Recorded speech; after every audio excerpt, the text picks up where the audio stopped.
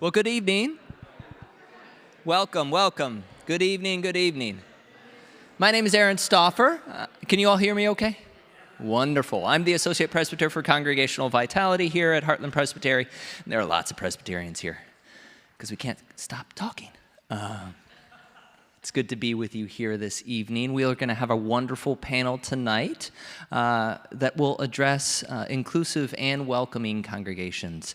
Not just welcoming, but also inclusive, looking through personal stories to explore some of the trials and tribulations and successes of LGBTQIA sort of called and commissioned life within the church.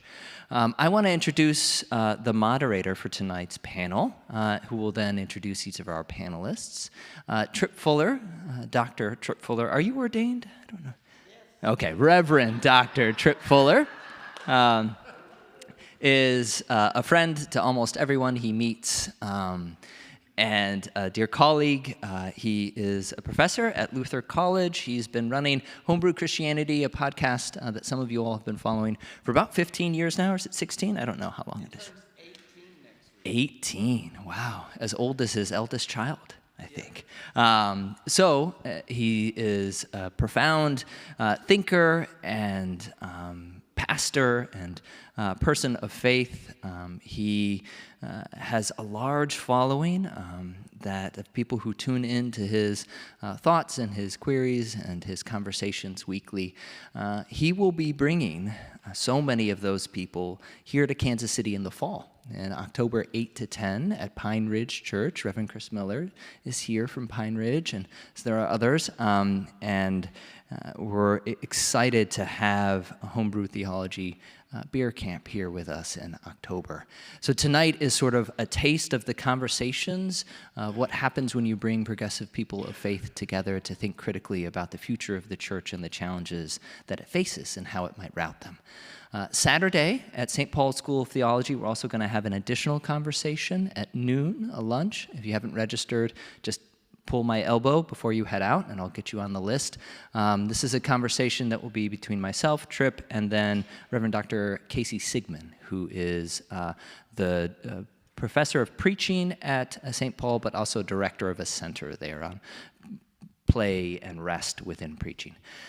So be sure to check out what's going to happen on Saturday. Be sure to register and get your tickets for the Theology Beer Camp in October. Without further ado, Tripp, please take it away. Excellent.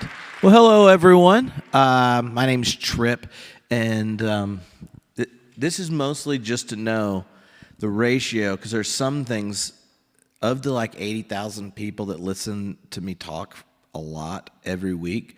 I don't want to just annoy those people. How many of you actually know who I am? Okay, so y'all have to be, I might say things you've heard before because the others don't know me, and I don't want to be rude, but then sometimes when you go speak and everyone knows you, you have to do new material. They're like, well, he's just doing the greatest hits. And so I'm excited about this conversation for two reasons. One, I normally talk to academics, and how many academics can use complete sentences in a room full of people that don't have multiple graduate degrees and be enjoyable past 10 minutes unless you're going in debt for them to grade you? Very small number. But clergy have to learn how to talk to people, and they have amazing stories that they just started sharing with me just in preparing for this, so I'm excited about that. One fun thing about this conversation around the whole move for the church to be open and affirming. I grew up I was a Baptist preacher's kid in the South. And I'm not talking, I grew up in, my neighbors were a tobacco field and a cemetery. And religious diversity was the kind of Baptist you were, because missionary Baptists are sus, which is my kids' lingo for suspicious, but I occasionally do that so they call me cringe. And my family's church planted when I started middle school in Raleigh, where then I went to art school from middle school on. And if you go from the diversity of the kind of Baptist you are to a theater school where you're doing theater the whole time your world changes. And in that process of church planting, it was a Baptist church, and we got an award, which Baptists do this, for getting the most baptisms. And the head of the denomination showed up to give it to us and left after the worship team got done singing because he pieced together that the well-dressed men singing were not the ideal candidates for a Baptist baptism. And then we got kicked out. So that, like, to me, I grew up as a pastor's kid, so I didn't know it was an issue to be inclusive because we were the only ones doing it in Raleigh that time, except for like the High Church Episcopal Church downtown. This is in the early 90s. And because of that, so many of the clergy in the area got through my dad, and then when I started doing leadership in Baptist life, because you just have to be 16 and an extrovert to get leadership roles as a Baptist. You don't have to have education. You just get a Holy Ghost education, and you can do it. And so I've had all these experiences with clergy who either their own story of coming out or leading a congregation to becoming open and affirming in things. And there's enough clergy in here. You know, when you hear a good story, you kind of like save it and think at some point I might need some material to use it. And I had collections of train wrecks that happened at congregations. So many of them, when I was working in L.A., which in LA, half the people want to be in the industry, and some of them actually are.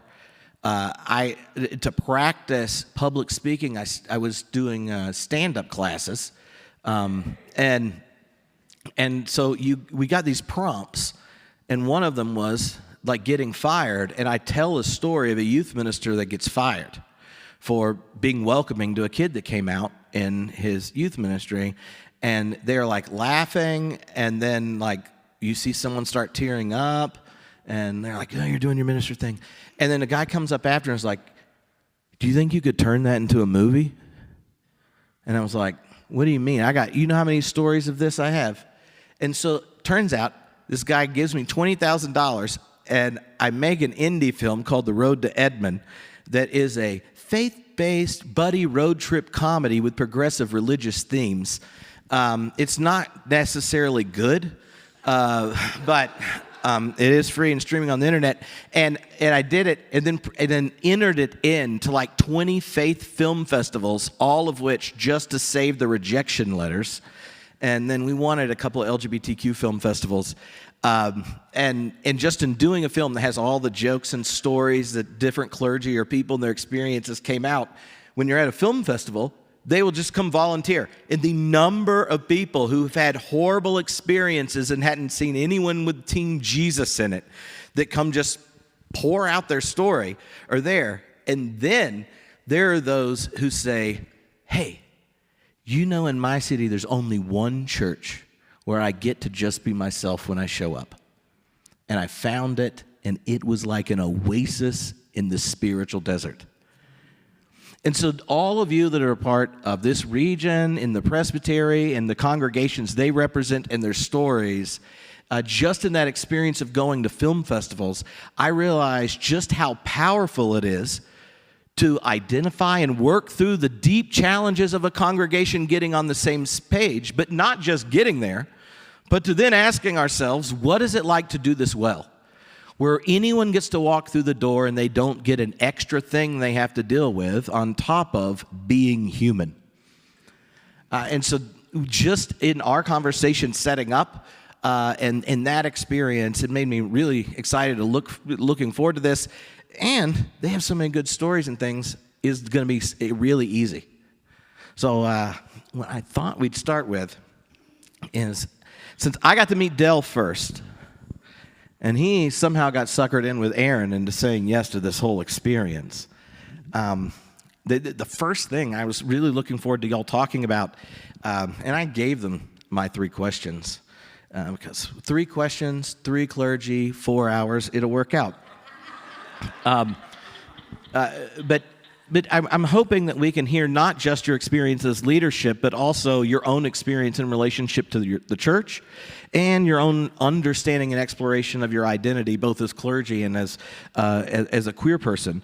And so, Dale, maybe you can say a bit first about like how did you come to understand both of those elements of your identity, and was there a particular moment or a particular person that either complicated it in a difficult way, or maybe was the occasion of a grace that gave you the space to walk into with confidence to the calling God put on your life? Okay. So call came before coming out. And when I talk about coming out, the first person I think that a lot of people come out to is themselves, right? They, at some point, understand that there's something different. I knew there was something different about me from my earliest memory. I could not articulate what that was. When I began to be able to articulate it, I was not Baptist, I was Pentecostal. So any articulation was around sin. And I was Pentecostal in my grandfather's church, where he was the preacher, and I knew I never wanted to be a preacher. But my call came when I was at a church camp in southern Kansas, Presbytery of Southern Kansas, and wanted to be a youth minister because I knew what it was like to be different, and I wanted to be a safe place. Went to seminary, took my first preaching class and discovered that I love preaching. Decided to be a solo pastor, and it was 4 or 5 years into that was in 95, that I was able to articulate to myself what it was that made me different. And no, there was nobody that helped me. There was nobody that made it easier, and the church at that time made it more difficult. And so shortly after that, I left parish ministry and started working at the national office, where a lot of gay pastors found themselves working in 2000. Is that all? So yeah, I was pastor before I identified as gay. And I served then 2 more congregations without being open because it was not allowed. Jenny, do you want to share a bit about your own discovery of identity? And Yeah. Sure. My call, anyone who has ever asked me this question has heard this story before. I felt a sense of call from a very young age. My grandfather, my mother's father, was also a Presbyterian minister, and I knew that, even from the time I was a toddler. We would go visit our grandparents in Texas and go to Papa's church on Sunday morning, and then in junior high, I would, when we would go visit, I would sing in their choir even. And my mom tells me, I don't remember this, but from when I was really little, I would say, I'm going to be pastor like Papa. And then throughout the rest of my childhood and young adult life, it was a series of other people recognizing my gifts and nudging me in that direction. And even in undergrad, I minored in religious studies, but I pursued a theater degree, so I can't say that it was a direct line from A to B for me into ministry. And I started coming out very early. My senior year of high school, I started coming out just to friends. And then in college, I was out as bisexual. I identify as pansexual, and I use that interchangeably with queer, just to lay that foundation. And so I've never, throughout my life in the church, I never was told, no, you can't. The first church that I started visiting and eventually joined after I graduated from college, after I had visited for a couple of weeks, I pulled the pastor aside and said, I need to talk to you about something. If this place isn't going to be welcoming to me as a bisexual woman who is dating a woman, I need to go find another place. And that pastor assured me that I was in a place that would welcome me as I was. And he was the pastor who really encouraged me to attend seminary. Awesome. Brian? So for me, in some ways similar to Dale's story, although I'm quite a bit younger than Dale, so it's a little different. I grew up in the Pacific Northwest, and as I look back, I think growing up in my, through my high school years, through graduating from high school, there are all these clues that looking back at them are places where I was experiencing a sense of call to ministry and where I recognized that I was gay, but I was not being honest with myself about either of those during those years. I thought I was going into journalism, which I've gotten to sort of do as well, but in high school, I can remember preaching on Youth Sunday. I can remember becoming a deacon while I was in high school. I remember actually working one summer at the church as sort of like an intern. The pieces were falling into place, though. So I was starting to experience a sense of call. I didn't fully experience that till I was in college. It was halfway through college that I realized the 70 hours a week I was spending at the college newspaper were not as rewarding as the fourth grade Sunday school class I was teaching and the freshman Bible study I was leading. And it was a summer where I sort of took a little time and said, oh, I actually am going to go to seminary. So I felt a very strong sense of call in college to the ministry. However, I was not being honest with myself about being gay. In high school, I've still never dated a girl. There were a lot of signs, but I didn't live into any of that. I went into college, got involved with a pretty evangelical campus ministry group where it would not have been safe to talk about those questions or be honest with myself or with others about who I was. I ended up then going right into seminary, and it was finally at seminary where I was starting to be honest with myself about the fact that that's who I was, but I was in seminary from 1995 to 1999, and in 1996, the General Assembly of the Presbyterian Church voted to exclude LGBTQ people explicitly from ministry. So I sort of, again, just pushed that down. It's almost comical. If it weren't so sad, it would be comical. It's almost comical how I believed that I would meet the woman who would sweep me off my feet or live a life of celibacy and be perfectly satisfied and happy, but convinced myself that that wasn't a barrier to my going into ministry and just seeing what happened. And so when I came here to meet many of you for the first time, the good people of Parkville Presbyterian Church in 1999, I felt very strongly called, and I knew I was gay, but thought I was just going to somehow reconcile that and not have to deal with it. And I can talk more, but others have heard my story of those years of recognizing that I was not actually called to a life of singleness, meeting my now partner in 2003,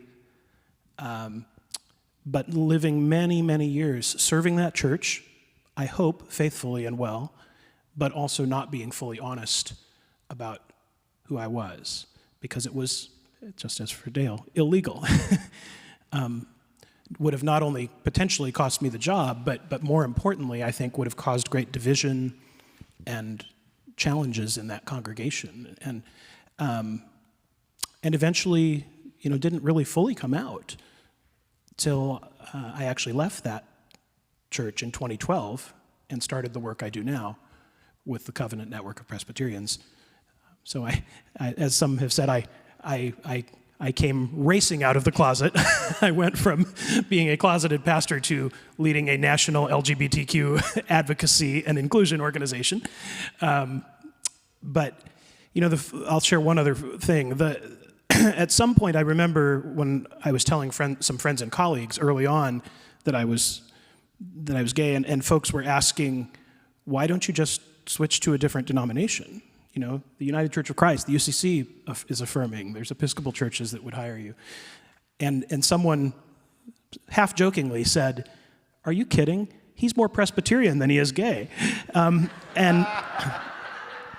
they were kind of right. Like, I think we all have parts of our identity that are pretty deeply embedded. And I'm really grateful that the church has come to a place where I don't have to choose between those two things. Can you say a little bit about the Covenant Network in case people don't know, especially those that might be watching it and such later? Sure. The Covenant Network of Presbyterians is a coalition of 450 PCUSA congregations around the country that are committed to educating, equipping, and engaging around creating a church that is fully inclusive, fully affirming, and celebrates the gifts of LGBTQIA+ people. Church where we're sitting right now, Central Presbyterian, is one of them. We have a number of them here in Heartland Presbytery. And we, for years, were about trying to change church policies to make church affirming of ordination and affirming of same-sex marriage. Now that the policies have changed, our work is to help churches live into those policies and become more authentically and effectively welcoming and affirming. Awesome. So, really kind of on this topic, I had an experience a couple months ago when teaching at Luther Seminary. Like a lot of mainline divinity schools, you have two different generations in the classroom. You have the younger ones that have been planning to go to ministry and they think I'm old. And then you have the second career ones that we listen to the same music and have the same cultural references. And they're like, hey, you've been doing this for a while. And it was a theology of culture class, and one of the presentations that a group did was on their different denominations, because only half the people are Lutheran, even though, talking about the way inclusion is played out in their denominations differently, and in parallel to how it's played out kind of culturally, in kind of cultural signals around identity, to then like legal recognition and rights and protections and these kinds of things. And the group presents, and it's an intergenerational group. And there was a moment where one of the younger, always been an open and affirming ELCA church, she's 23, ready to go in, and she said, look, the hardest thing about this is coming out to all my queer friends that I'm going to be a clergy. And that is just really awkward sometimes. She's not worried at her church where she grew up, right? But just she's like, mostly like it's in the queer community. And then some of the older, my age and up, ones are like, that is just so weird. Like I've lived 20 years in fear that I couldn't be a clergy. Slowly got around to it, and now I'm finally here at seminary. And so I'm interested to have y'all kind of like reflect together about the sheer difference at different parts of the country and in different generational differences of what those kind of experiences look like, and how that informs a larger community, not just an individual congregation, at meeting each generation and each congregation where they are to move to a place where more kids get excited at youth group and at 23 are in seminary, pumped to be a part of the church, and their coming out problem is at the gay club the night before, right? Like that dynamic's there. So yeah, I'd love for y'all to talk about it. And Dale, you take my mic so y'all don't have to do the awkward pass thing. Oh, now you're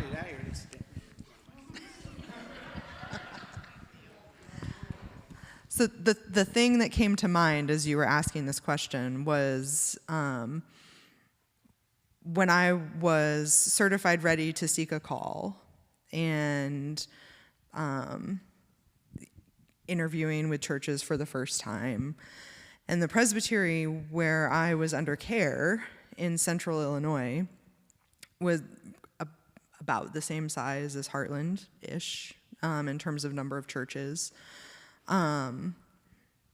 was a more challenging presbytery to be examined for ordination in than the small presbytery in Oklahoma that I was called to, which was surprising to me. And when I got to know the presbytery in Oklahoma, my desire was that they examine me for ordination and not the bigger presbytery where I had been under care, having witnessed others go through the process of being examined in that presbytery and seeing just the ringer that they had been put through. Can I tell a funny story about that? In this presbytery, and let me see who's here. What can you say? So shortly after I started my new job and came out, there had been other ministers in Heartland Presbytery who were queer, but I think at the moment that I came out here, shortly after the policy change, at that time, I think I was the only one who was out in this presbytery for a little while. But shortly after that, we had a couple of folks being examined for ordination as they came into the presbytery. I'm going to just tell you who they were: Sally Wright and Karen Wright. And we didn't know what to expect. We didn't know if this was going to be one of those, because Heartland Presbytery, I don't have to tell a lot of you, used to be a pretty tough place with a lot of division around this issue in particular, and the ordination exams could be very unpleasant. I think they continued to be, not just on this issue. Women were always treated way worse in this presbytery for ordination exams than men. But we hadn't had any openly queer folks yet. And Sally and Karen were going to be examined at the same meeting. Karen for ordination, Sally to be received into the presbytery.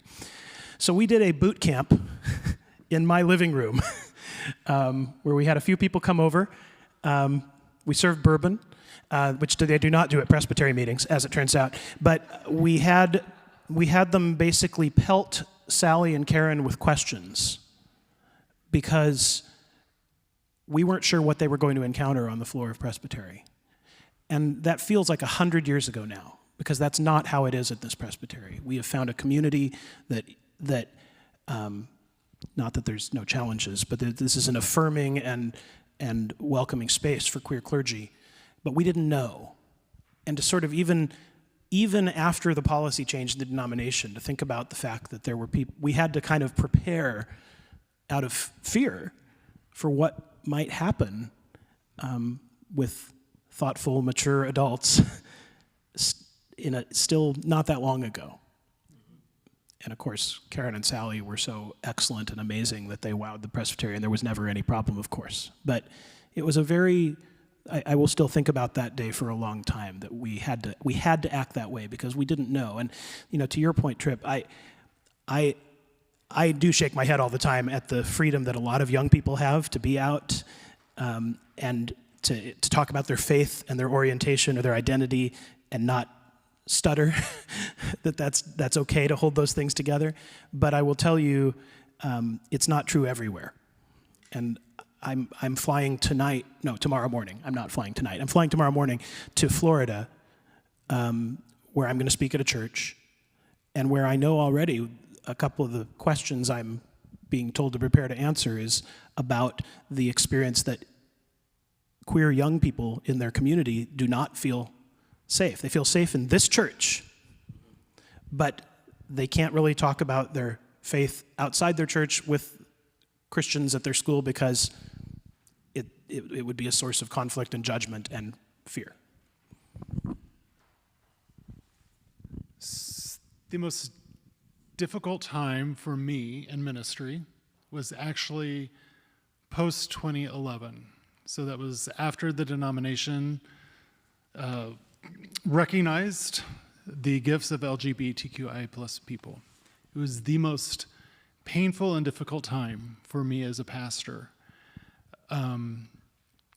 Because when you're interviewing for a job and you're straight, at what point do you have to come out? Yeah. So it was trying to figure out when I would let a church know that I was gay, because by that point I had somebody who was with me, and it was, you can't hide when you go out to the restaurant with the same man all the time, right? People get suspicious. And for me, I decided that the time I come out was after a couple of telephone interviews or Skype interviews. This was, before Zoom. It was way back in the day. After that, before I would go in person, I would tell them that I was gay. And I was very careful about the churches that I even applied for.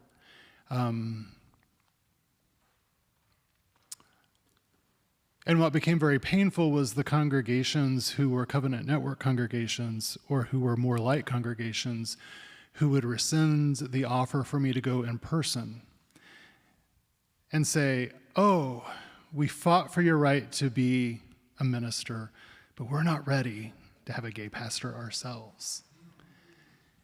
And so that was, I've only served one church where, again, had to tell them before I went for an in-person interview.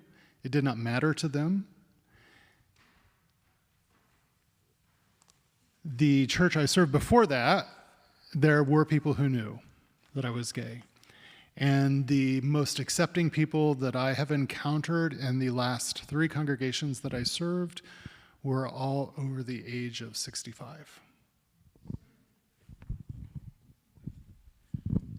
So what I'd like to hear next is for you to share a bit about your own experience within the life of the church, not just because you're clergy, but because, well, theoretically, we would like to be communities of good news. And since the good news was for everyone that bears the image of God, then how people encounter us matters. How many people lived in California? Okay, so when Prop 8 went down in California, right, and gay marriage is now legal, I was working at the largest UCC church in LA, and I was the token straight guy on staff. And so it was, we're pumped. We've been planning our big synod. That's what we call our big every couple year gathering. And it happens during it.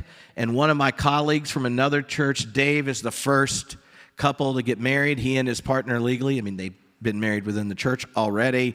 And it's a huge celebration. And of course, those of us that had been supporting and organizing and things were so excited, and the UCC's like, we are going to run a commercial all over the state. And the commercial is like the archetype of we're cooler than every other denomination because we let everyone come. And I am on the committee, that just talking about this, and I'm like not sure, but everyone else is gung-ho. And I didn't want to you didn't want to be the Debbie Downer in the room. And so it goes on. And then that next Sunday at our church are a whole bunch of people walking up to me going, that was so amazing. They're just pumped. The service ends. I get to my phone again, and it's just a series of calls and texts from people at congregations that aren't exuberantly thrilled to be a welcoming church, that's happy that everyone who was going to watch Saturday Night Live the night before, right before the cold open, gets our commercial. And one of my friends said, look, he's gay youth minister at a church that's not sure they would ever call him to be a senior minister, but you're great with the kids. He's like, you won't believe what I've had to deal with. We had 3 new families with kids show up. And I could tell them their kids are going to be safe within the youth and children's time because I'm in charge. but I have no idea what kind of looks they're really going to get when they walk in the aisle. But I know what they're expecting because we paid to have it showed before Saturday Night Live. And I heard that and thought, we were wanting to pat ourselves on the back because we have a flag, and we're the first, one of our clergy was the first to get married. But we didn't let the actual unique and different experience you get if you aren't some straight person pumped that you like, oh, we're so progressive. Think about the actual experience of people if they walked into the real reality of our congregations. And so I'd love for you to talk a bit, not as clergy, but just as gay Christians and a part of the queer community, what can we learn as congregations that seek to be open and affirming about the complexities of entering a space where you don't know if you're really welcomed and you aren't sure they know what it means to be genuinely welcoming?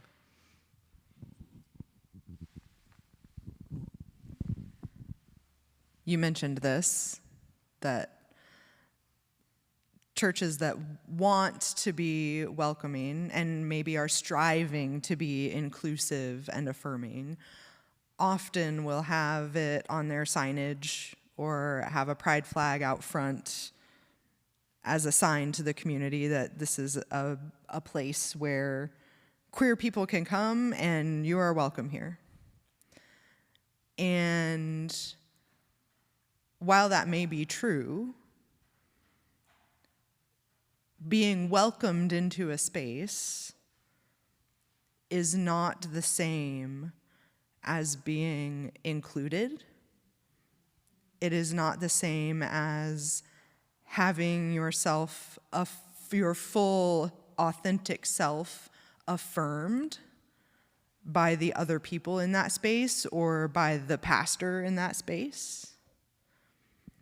And so the thing that I wish and I hope any church that is striving to be inclusive and fully affirming and open to all understands is the distinction between those ways that we try to define ourselves. I already mentioned the first church that I visited when I graduated from college. There was nothing that indicated to me that it was a covenant network church, which it was at the time. And also I didn't know that was what I should look for on a website either. And so I felt like I had to talk to the pastor when I stepped into that space to make sure, because there weren't pride flags everywhere. Now, that same church today has a panel of old doors in its garden that they've painted the colors of the rainbow, and across it says, "All children are welcome in God's house." And so there are things that shift and change, but it can't just be signage. Even in a place like Central, we are still having conversations about what it means to be an inclusive congregation. And I think members of Central who are in this room are okay with me describing them as a queer congregation. When people ask me about this place, I say, well, they're just a bunch of queer hippies that want to love their neighbors and save the planet. And I claim that too, right? But even churches that identify as welcoming and inclusive and have been that way for a long time still have work to do.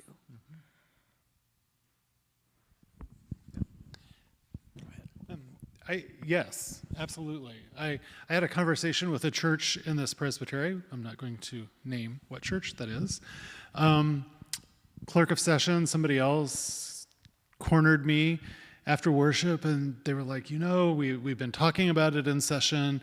We are ready to put out a flag. Most of us are welcoming. And it's like, oh, most of you. Yes. What about those people who are not? What, are they just, they're going to be polite and quiet? Hopefully. And I said, would love it if you do not put out a flag, because you are going to do more harm and you're going to do more hurt than you will ever do good. And they did not understand. And I said, look, I go to any church where my father's family still goes, Assembly of God, Pentecostal. I do not expect to be welcomed when I walk in the door. But if you put out a flag and I walk in thinking that it is a safe space, and then somebody says something, that is more hurtful than me walking into a space where I already know it's going to be filled with animosity. The difference between welcoming and inclusive is profound and can do serious damage to a person. Which is not to say that any church really is unanimous or equally comfortable across 100% of the people. But there has to be this intentionality about it, right? It can't be that we assume everyone's affirming. It has to be that we've done the work to know that we're a church that's on the road in this particular direction. I want to name something we haven't really specifically called out yet tonight. The three of us up here are queer in terms of our sexual orientation. We're all cisgender. We don't have any transgender folks on the panel here tonight. And that is the part of the queer community that is most experiencing vulnerability right now. The churches I am going to these days, when I started this job, it was always, we were talking about the L and the G and the B. And today, the first questions and the most pressing questions and the questions where you can hear the pain in people's lives is around diversity of gender identity and the experience of trans, gender queer, and non-binary people in churches and in broader society right now. The ways that people's lives and identity have become political footballs, have become sort of objects of ridicule, have become targets for cruelty at a societal level that just doesn't even make, no one is benefiting. Even those who are tormenting them are not gaining anything by their negativity, by their discrimination, by their attacks. It's just cruelty. And I think, gay and lesbian people experienced that a generation ago, a couple generations ago, some places still today. But it is widespread, it is across state lines, and it is in churches. And it is painful to see. I think we have to figure out, and I have to just also, as a word of confession, I think even the broader LGBTQ community, I'm going to specifically name white gay men, are not taking the lead in helping affirm the entirety of the queer community. I think some of us got across the street, the light changed, and we're not looking back at who hasn't crossed the street yet. And I think that's a real problem even for the queer community right now. We need to figure out ways that people of faith who are in churches that are affirming can sort of expend all the energy we possibly need to right now to stand with trans and non-binary people. We're in a very pivotal, very painful moment. Really, let's follow up on that, because I think this is important, and I have a trans niece and a trans nephew who the families have had difficult experiences at churches that if they were gay, they wouldn't have. And a friend of mine who's clergy in the town where I live at a clergy get-together type thing, said his congregation, which is, if you Googled it, you would get more negative reviews about it being the gay church than before you find their website. And he's like, the trans issues creating difficulty in the congregation, primarily of the older generation of just gay and lesbian members that are there. And he's a straight guy at a church that's 80% queer and trying to navigate it. And he said one of the 70-plus-year-old old-timers came to his office and said, look, I think the issue is everything is just changing too fast. I remember when I was here a long time ago, we were the rebels because we had a woman deacon, and then we had a woman minister, and then we were the first place in town to ordain a gay person and have them on staff, and we've always had to keep up with things changing, but now it changes every few years, and we just finally switched the bathroom signs, and the youth group is calling me a bigot. And so this one lady's experience, having been in the congregation 60 years, is that the rate of change is so high, she doesn't feel like she even belongs in the congregation, in the conversation. And after it, he's like, I don't really know what to do with that. And I mean, it's observationally true that the rate of cultural change is higher, and yet, in his mind, he's like, I thought this was a gospel thing, not a culture thing. And knowing how many people are navigating that space, like, what have you learned in your own experience and in engaging conversations to help reframe an issue that's kind of overly dominated and conscripted in a political battle and invite us to see it as a gospel question? So briefly, I mean, I think theologically,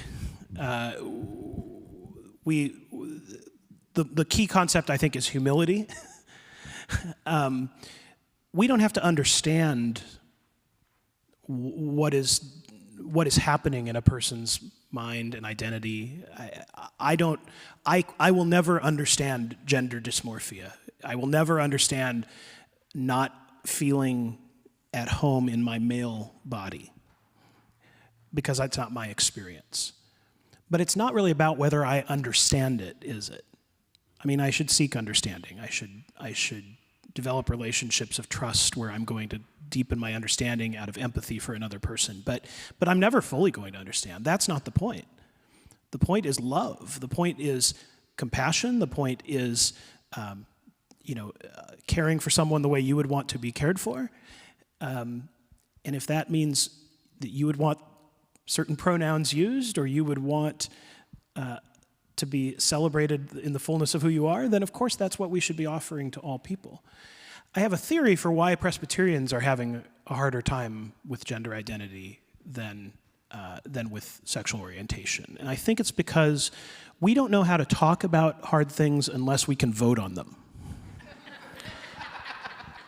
All of the years that we debated in this church, we keep saying LGBTQ. We do that for shorthand, but we were not debating gender identity. We were debating sexual orientation. We were debating whether a person could be in a relationship or sexually active with a person of the same sex and still be ordained. And we voted, and we voted, and we voted, and we studied, and we voted, and then we resolved it, or so we think. We never voted on transgender people. We never voted on gender identity. There was never a prohibition on ordination for trans people. We just didn't talk about it. It wasn't until 2018, after the vote on marriage, after the votes on ordination, that we took our first vote ever on gender identity. It was a vote to celebrate human dignity, to recognize the basic humanity of people of diverse gender identities. It passed the General Assembly unanimously, by the way, but it only happened after the so-called Council on Biblical Manhood and Womanhood in Tennessee adopted a statement that lambasted transgender people in the name of Jesus, and someone called our national offices and said, "What is the Presbyterian Church's position on transgender people?" And our Office of Theology and Worship said, accurately, in words I wouldn't have chosen, said, "The Presbyterian Church is agnostic on that issue." I wish we hadn't used that word, but the point was we hadn't really said anything about it, and that was true. Finally, we did, but we don't know how to have conversations about theological issues and hard things if it's not wrapped up in polity. And this group knows I'm a polity nerd, so that suits me well on a lot of things. But it isn't helping us handle diverse identity in the church, even to this day. And at the end of the day, it's not the polity that is going to move us. In a way it moves us forward, but at the end of the day, and you said this, it's about love. It's about what Jesus has commanded us to do. Love God and love your neighbor, and what is the most loving thing that we can do? The church needs to shift as the outside culture shifts, and the church is called to be countercultural. And when we take actions that are loving toward our neighbors, we are being that.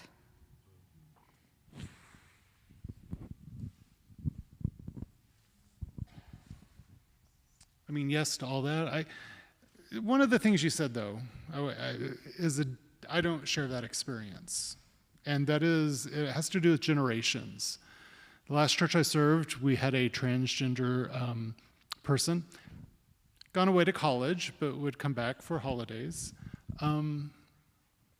They had me. They knew I was gay. They knew Dennis, loved Dennis more than they loved me, of course. It's fine. But there were questions around the edges about this transgender college student coming back. My oldest members were not the ones asking the questions. They were not the ones that ever complained about change. They understood that Axel wanted to be called Axel, and that was his name now. His pronouns were he. It was actually the people that were just at retirement age that were having the questions and complaining about the change. And I think it is because they were unwilling to have the conversation about the changes that were happening in their own life, so they were deflecting to something else. But that has been my experience in 30 years of ministry. People always say, "Oh, those old people." The 70 and 80-year-old people, they were never the people that were complaining about change.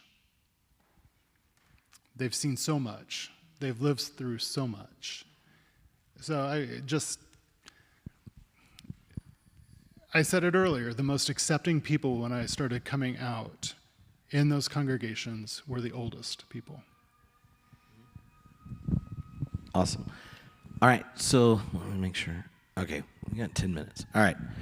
So here's a good last question, and I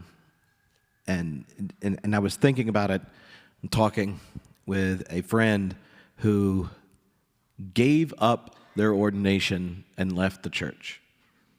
And she was straight, but a female, and was tired of having to justify her space in leadership.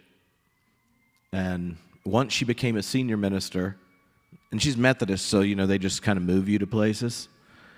And they don't always ask the congregation if they are ready to support a powerful female leader. They just ask them if they support women in ministry and then stick them there.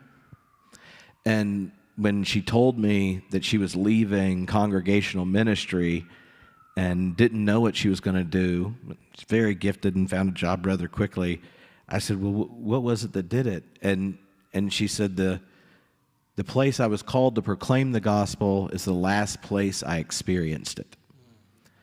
And y'all have shared stories where you have encountered the gospel in congregations, but also where those structures and institutions and people have not been a place you experienced it, and yet your call to the gospel has you up here. And so I wonder if you could maybe reflect on a particular experience where you recommitted or re-seized or reclaimed or reproclaimed the gospel because of your kind of tenacious commitment to it for yourself and for those who you've been called to serve it or proclaim it to.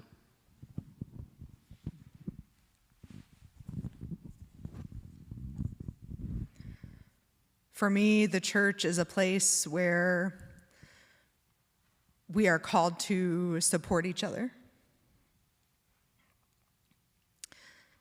And I experienced this in my life, not in a church setting, recently. Last Friday was the 1-year anniversary of when I joined a gym. I have been training mixed martial arts for a year. And one of the reasons that I keep going back week after week is because I know that there are people there who are going to be supporting me and cheering me on and calling me if I don't show up. And that is the kind of community that I hope for the church to be, where people keep showing up week after week, whether it's for worship or holy happy hour or a committee meeting or a session meeting, where people keep showing up because they know that there is a community that is going to hold them up, going to cheer them on, going to ask them where they were when they aren't there. That's the good news, having that kind of community.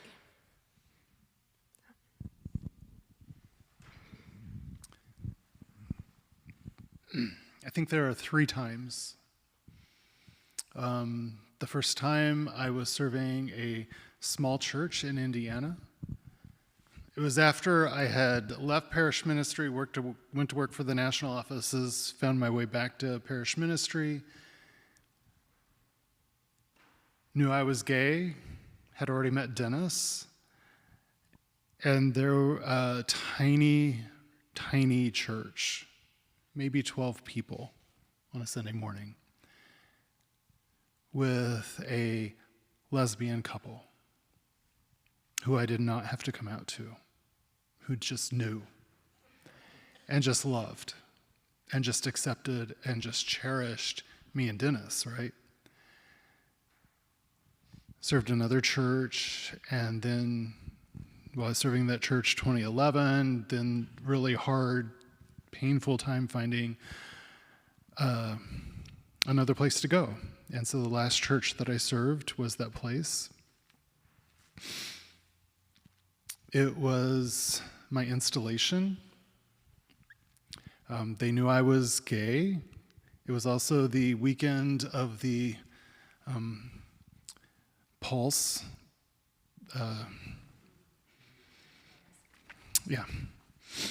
So it was like emotional, and I was so on edge. I was waiting for that second shoe to fall, for it not to be welcoming.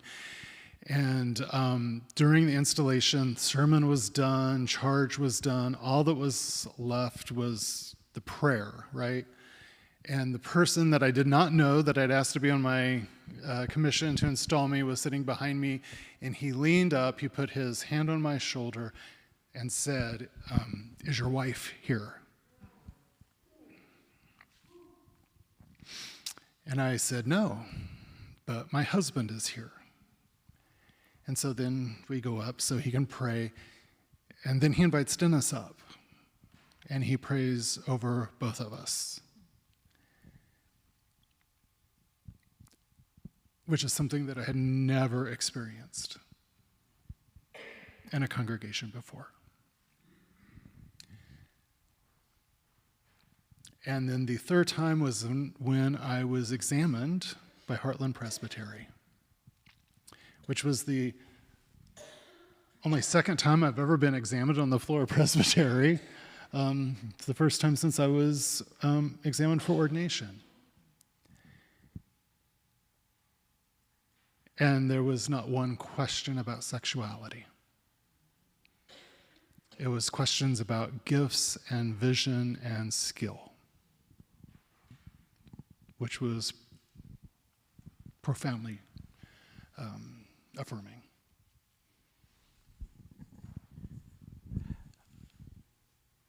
I remember that day.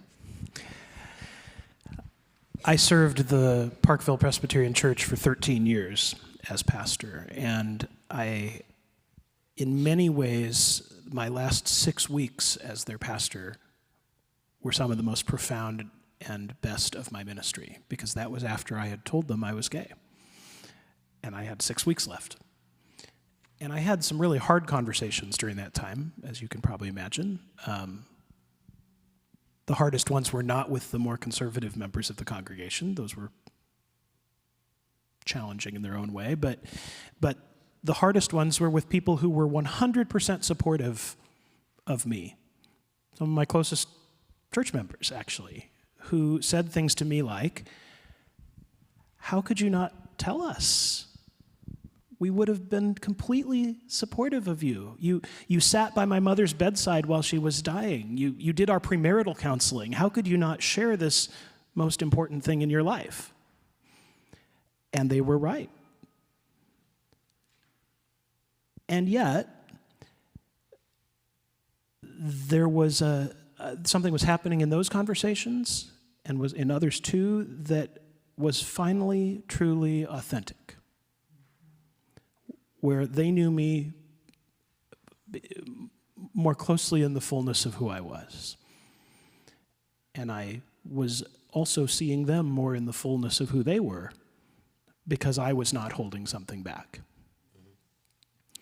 I don't blame myself entirely. I don't know that I made all the right choices in those years, but there was a system that was broken. But I will say I deprived the people of the fullness of my ministry, and I was deprived of the fullness of theirs. And it was a tremendously affirming time there, but maybe the most profound part of it is that it still, to this day, is what keeps renewing my call to the work I'm doing, which is, I always say, it actually is not about social justice, although that's part of it. It's not about sexuality, really. It's about authenticity. It's about us being able to be fully who we are with and for each other, and that is the gospel. That is community, koinonia, fellowship. It's what it means to be the body of Christ. So it's a shame that I have to say the last 6 weeks of my 13-year ministry were the moment I experienced that. But authenticity was where I really experienced the gospel, and it was because of my identity, because of being able to fully be who I was. Wow, that was beautiful. Thank you so much for sharing. And thank you all for being here. I hope you will join me in thanking 3 powerful testimonies and invitations.